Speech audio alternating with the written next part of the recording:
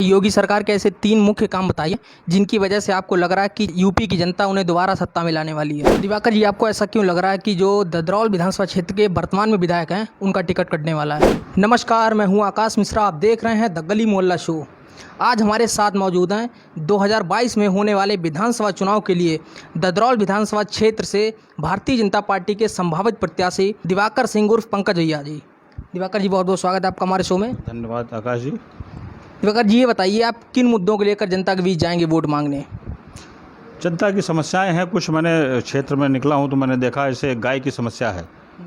ये एक बड़ी समस्या है किसानों के समक्ष, और जिस पर हमारी सरकार काम भी कर रही है। माननीय मुख्यमंत्री योगी आदित्यनाथ जी ने अभी जब बजट पेश किया था, उस बजट में कुछ प्रावधान किया है कि हर न्याय पंचायत स्तर पर एक गौशाला का निर्माण कराएंगे।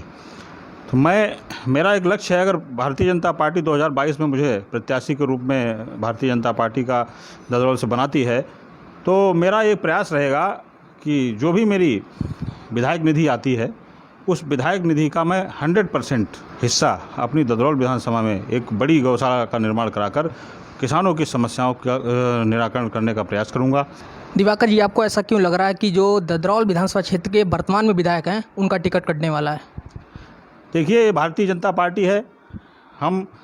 ये पार्टी काम के आधार पर, उम्र के आधार पर, और मुझे इसलिए उम्मीद है कि 2022 में देश के प्रधानमंत्री और उत्तर प्रदेश के मुख्यमंत्री आदरणीय योगी आदित्यनाथ जी के नेतृत्व में दोबारा हम चुनाव लड़ेंगे और युवाओं को कम से कम 25% की भागीदारी मिलने वाली है। ऐसा मेरा विश्वास है भारतीय जनता पार्टी पर। उसी उद्देश्य से मुझे लगता है कि भारतीय जनता पार्टी मुझे भी विकल्प के रूप में देख सकती है, और मैं ज़्यादा बेहतर कार्य करने का प्रयास करूंगा। निरंतर ददरौल क्षेत्र की जनता के संपर्क में रहता हूं, तमाम कार्यकर्ताओं की चिंता रखता हूं। रात के 12 बजे भी यदि कोई व्यक्ति मुझे फ़ोन करता है तो मैं उसकी समस्या का समाधान कराने का प्रयास करता हूँ। अच्छा, आपको ऐसा लगता है कि जो वर्तमान विधायक हैं वो उचित विकास कार्य नहीं करा सके हैं? अब ये विकास कार्य उचित किए हैं या नहीं किए तो आने वाले समय में जनता तय करेगी, संगठन हमारा तय करेगा। अच्छा, ये बताइए आपके ददरौल विधानसभा क्षेत्र में ऐसी कौन सी मुख्य समस्याएं हैं जिन पर सबसे पहले काम होना चाहिए? ददरौल की सबसे प्रमुख समस्या मैं समझता हूँ, प्रदेश की समस्या भी यही है। मैंने अभी आपको जैसा बताया था कि कुछ गायों की समस्या है, जिस पर हमारे प्रदेश के मुखिया योगी आदित्यनाथ जी चिंतित भी हैं। उस पर हम लोग निरंतर काम भी कर रहे हैं। तमाम गौशालाएं खोलने का काम भी किया है। कुछ कर्मचारी, सरकारी कर्मचारी सहयोग जो अपेक्षित है वो नहीं कर पा रहे हैं, जिस कारण लोगों को समस्याएं हो रही हैं। यदि मैं 2022 में विधायक बना तो मैं इन अधिकारियों को और सबको आपके चैनल के माध्यम से सचेत आगाह करना चाहता हूं कि क्षेत्र में एक भी समस्या का अगर समस्या उत्पन्न रही तो उन अधिकारियों को बर्दाश्त नहीं किया जाएगा। अच्छा दिवाकर जी, आपको पता है कि ददरौल विधानसभा क्षेत्र में कई औद्योगिक फैक्ट्रियां हैं, बावजूद इसके क्षेत्र के कई युवाओं को रोजगार के लिए पलायन करना पड़ता है। इस समस्या के लिए कोई भी सत्ता पक्ष या विपक्षी नेता ने कोई आवाज़ क्यों नहीं बुलंद की अभी तक? आकाश जी, ये बहुत पुरानी बात है। कांग्रेस के समय में एक यहाँ पर क्रबको श्याम फैक्ट्री, बहुत बड़ी फैक्ट्री लगी, जिसमें कांग्रेस ने अपने जनपद से युवाओं को मौका नहीं मिलने दिया। अन्य प्रदेशों से लोगों को लाकर इस फैक्ट्री में रोजगार देने का काम किया कांग्रेस ने। यदि भारतीय जनता पार्टी की सरकार उस समय होती तो मैं आपको विश्वास दिलाना चाहता हूँ कि जनपद शाहजहाँपुर का एक भी नौजवान बेरोजगार नहीं होता। अच्छा, वर्तमान में भाजपा की सरकार है, इसके बावजूद अभी यहाँ के युवा जो हैं, इतनी फैक्ट्रियाँ हैं कि पूरे ज़िले का युवा ददरौल विधानसभा क्षेत्र की फैक्ट्रियों में रोज़गार मिल सकता है उसको, लेकिन फिर भी यहाँ के क्षेत्र के युवाओं को ही रोज़गार के लिए पलायन करना पड़ रहा है दिल्ली, नोएडा, हरिद्वार।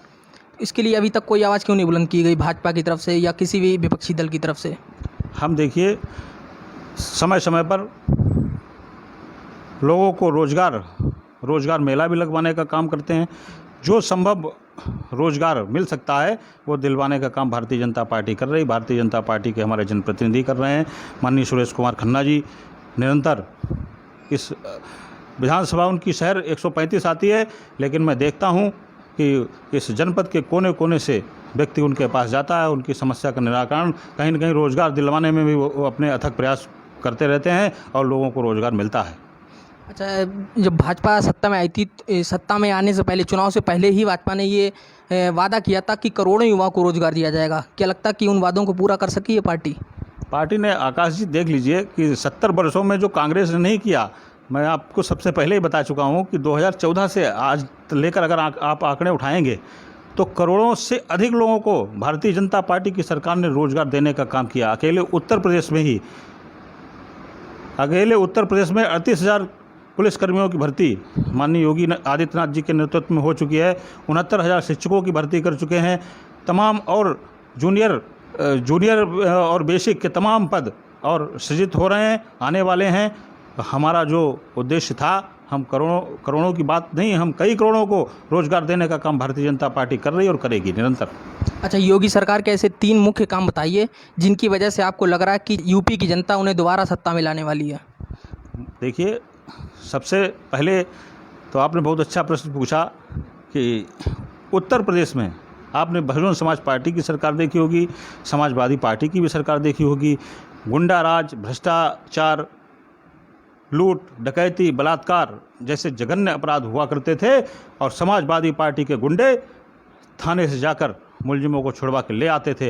लेकिन भारतीय जनता पार्टी की जब से योगी जी की सरकार बनी, आकाश जी, मैं पूरे विश्वास और दावे के साथ कहना चाहूँगा कि एक भी जनपद आप ऐसा बता दीजिए जहां लूट, डकैती, बलात्कार जैसे जघन्य अपराध हुए हों और उसको बख्श दिया गया हो। ऐसे तमाम लोगों को माननीय योगी आदित्यनाथ जी ने सरकार बनने के पश्चात कह बोल दिया था, या तो गुंडे अपना गांव शहर छोड़कर चले जाएं, अन्यथा जेलों में चले जाएं, अन्यथा उनका परिणाम बहुत ही खराब होने वाला है। और उसी पर काम किया। आज इस प्रदेश की जनता का विश्वास है। अगर मैं आपको विश्वास दिलाना चाहता हूं कि आज अपनी बाइक आप बरेली मोड़ पर खड़ी करके चले जाइए चाबी लगाकर, तो सुबह जब आप लौट के आएंगे तो आपको उस बाइक में चाबी लगी हुई मिलेगी। ये भारतीय जनता पार्टी की सरकार की देन है। चलिए, बहुत बहुत धन्यवाद आपका। तो ये थे हमारे साथ ददरौल विधानसभा क्षेत्र से भारतीय जनता पार्टी के संभावित प्रत्याशी दिवाकर सिंह जी। इसी तरीके से और भी इंटरव्यू और जनता की राय देखने के लिए देखते रहिए द गली मोहल्ला शो।